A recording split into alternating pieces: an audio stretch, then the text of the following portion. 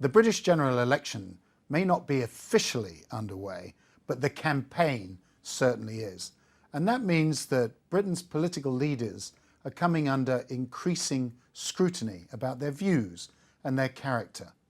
This week, our chief political correspondent and commentator, Janan Ganesh, took a hard look at Ed Miliband. Janan, what did you come up with?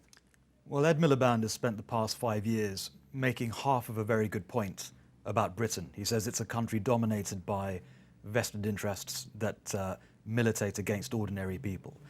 The problem is that all the vested interests that he cites are in business. He talks about energy companies, talks about the right-wing press, banks, tax avoiders and tax evaders last week.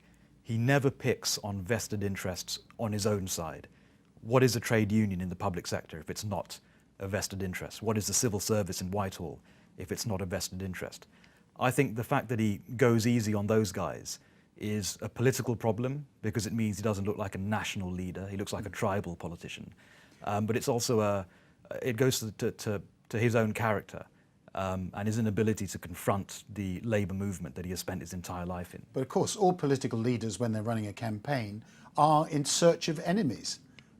So isn't it quite natural that he's looking at defining his own campaign against, say, Mr. Cameron, who appears to defend these interests? But if you define yourself exclusively against the most obvious targets, I think you limit your electoral appeal to your base.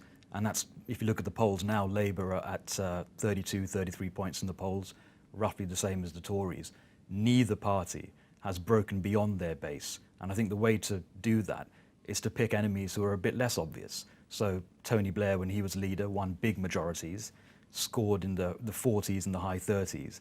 And that was because he took on, yes, business sometimes, but also trade unions and public sector vested interests. So your average voter in the country, who is not ideologically or tribally aligned, felt that he was governing on behalf of the nation as a whole and not just his own tribe. But this is the big difference, is it not, with the approach which was pursued by Tony Blair successfully for 3 elections, thumping majorities in the first 2, that defined the centre ground, occupied the centre ground, and took a slice of the vote well above 35%. But Ed Miliband seems to think that he can win with only 35%.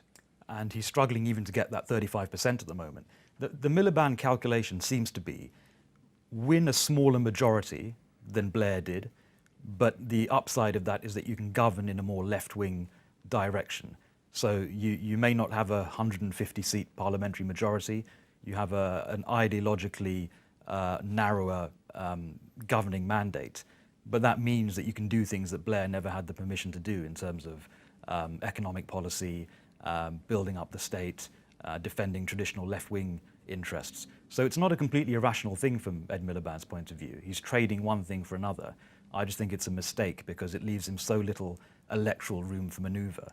And by now, a prime minister in waiting should be comfortably ahead of the opposition, and he's struggling to maintain even marginally ahead. So do you see latterly any sign of a change or prospect of a change in this approach, or how he presents himself to the British public? No, I think the one thing you can say about Ed Miliband is that he's consistent and he knows what he thinks, and he's been pursuing this strategy for almost 5 years. He'll continue to do so.